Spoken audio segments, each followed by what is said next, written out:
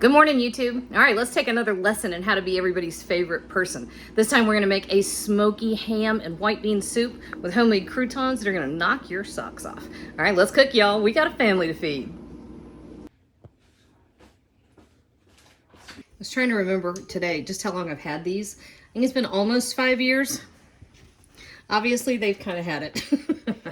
This one has gotten to the point where the enamel has actually chipped, so he's on his way out. This one's not chipped much. It's got a chip here at the edge, but he's pretty stained.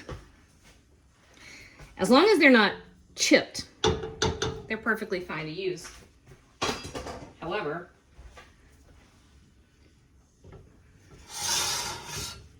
see, it's a matter of time. This means I get to go shopping. All right, so medium low heat, couple tablespoons of butter, and we're going to add a handful of fresh thyme. So, I don't know, 4 sprigs, big fat ones. And then we have here 2 small stalks of celery, 2 small carrots, and 1 large white onion, and 4 cloves of garlic that I minced with a little bit of salt and a sprinkle of oil.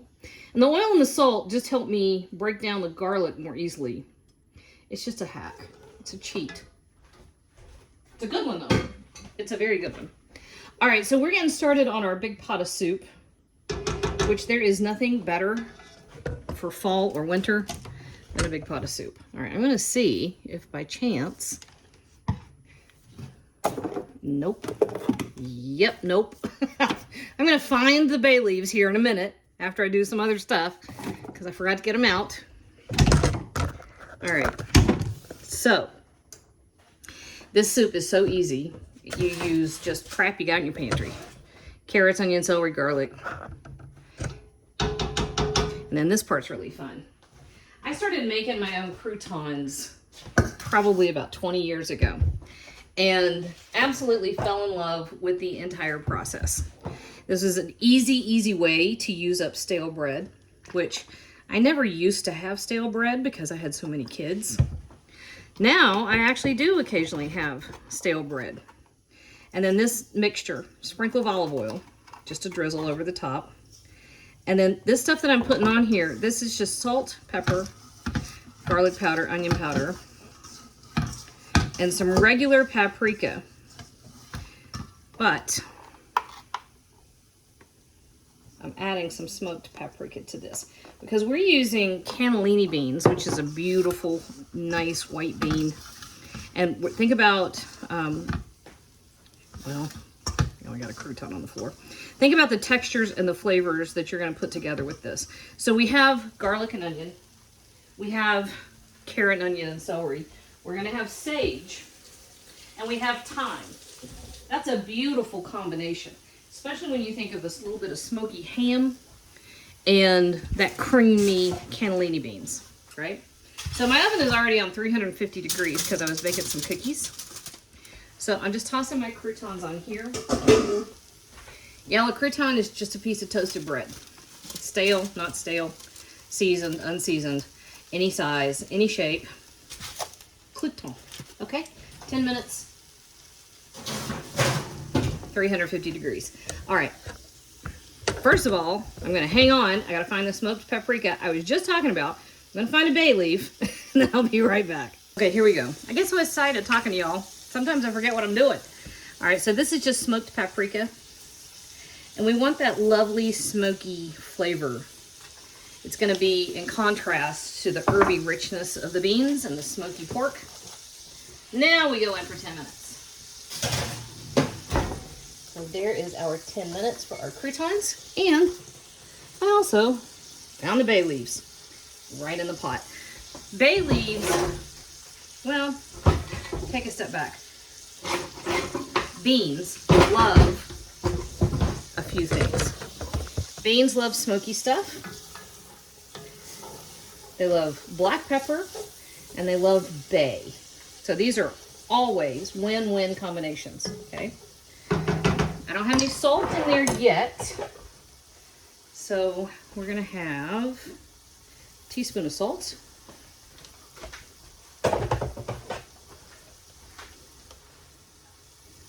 and a good teaspoon black pepper. Okay. Now this is just going to go for about 10 minutes. We want our veggies to get soft. We want everybody fragrant. And we want the leaves to start falling off at that time. By then our croutons will be done. So we've had actually we did have 10 minutes, and I thought my croutons were not quite crunchy all the way through. So I put another 3 minutes on the timer. And we're just going to go ahead and throw the last of the stuff that goes into this bean pot. So I've got 3 cans of cannellini beans. If you cook them from dried, which is actually my preference, I always have beans in the pantry almost all the time. I have bags of dried beans, but sometimes I do canned. I always have black-eyed peas, pinto beans, kidney beans, cannellini beans. We have a lot of beans. Always have them because they're so loaded, nutritionally speaking. They're dirt cheap. You can do a package for like $2 of cannellini beans and cook up the little package, and that's plenty. That's all you need. All right, to this, we're gonna add 3 cans, and I drained the schmudgy liquid off. I know a lot of people love it. I personally do not, so, you know, live your best life with that. And that's a pound of ham that I diced. And then we're adding enough chicken broth to cover.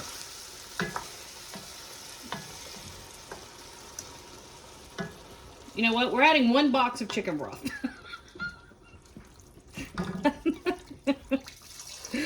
It was going to be pretty close. All right, now that everything is in here, we're going to bring all of this up to a boil. And we're going to reduce it to a simmer. And it's going to simmer for about 20 to 25 minutes. Couple things. The ham is going to have a certain level of salty. And this was a low sodium chicken broth, but it's also going to have a certain level of salty. We gave it a hint of salt when we were sauteing our vegetables. So you want to be judicious when you taste and adjust for your seasoning.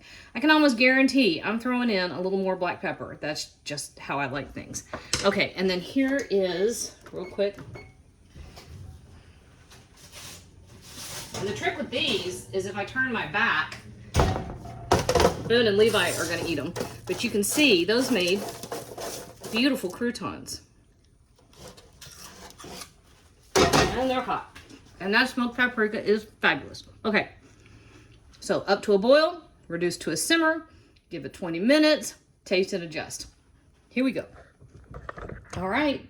Had about 30 minutes. Bladen came home, so we started talking. That was important. So about 30 minutes, but our veggies aren't nice and tender. And all I'm doing now is I'm going to pull out just enough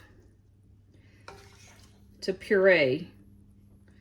I happen to like some chunky texture, but not all that long ago, Bladen and I went to West Virginia to a bread class on sourdough bread, which is a traditional Appalachian thing. And one of the restaurants we stopped in had done pinto beans, but half the pot had been pureed. Those were some of the best daggone pinto beans I've ever had, and I grew up on pinto beans. So for me to get something new out of something so incredibly basic, I was just like, okay, this is something I'm trying now. And I like it. I like what it does. It gives a nice, thick, hearty texture. Makes it nice and thick. And it's just nice. Just nice. Nice. All right. I'm going to go right behind us. I'm pureeing this, and I'll be right back.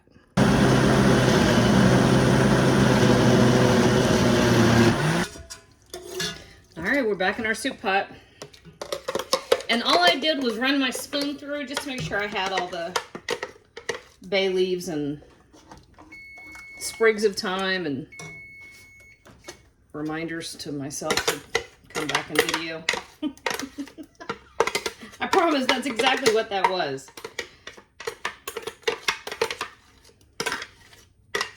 There we go. And that is lovely. I really like the way that looks. All right, so I'm turning the heat up just a touch.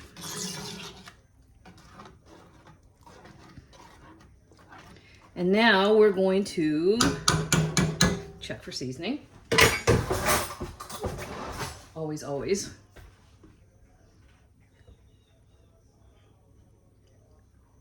Oh my gosh, y'all. That is so good. No, it doesn't need anything. Not a flippin' thing.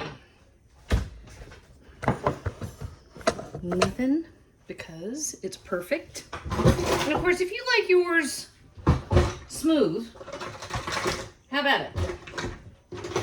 You can puree the whole thing. I just like the contrast and textures. Having that pureed base, but then lots of nice rich chunks. And then of course we have some green onion.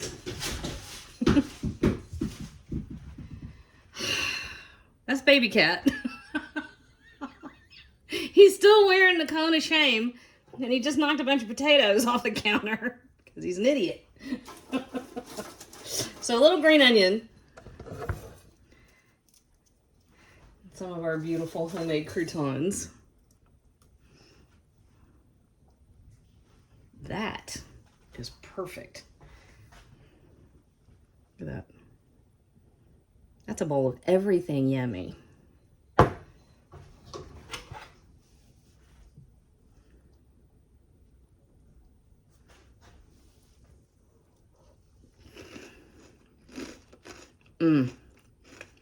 Oh, y'all. Nailed it big time on that one. Excuse me. Hang on just a second.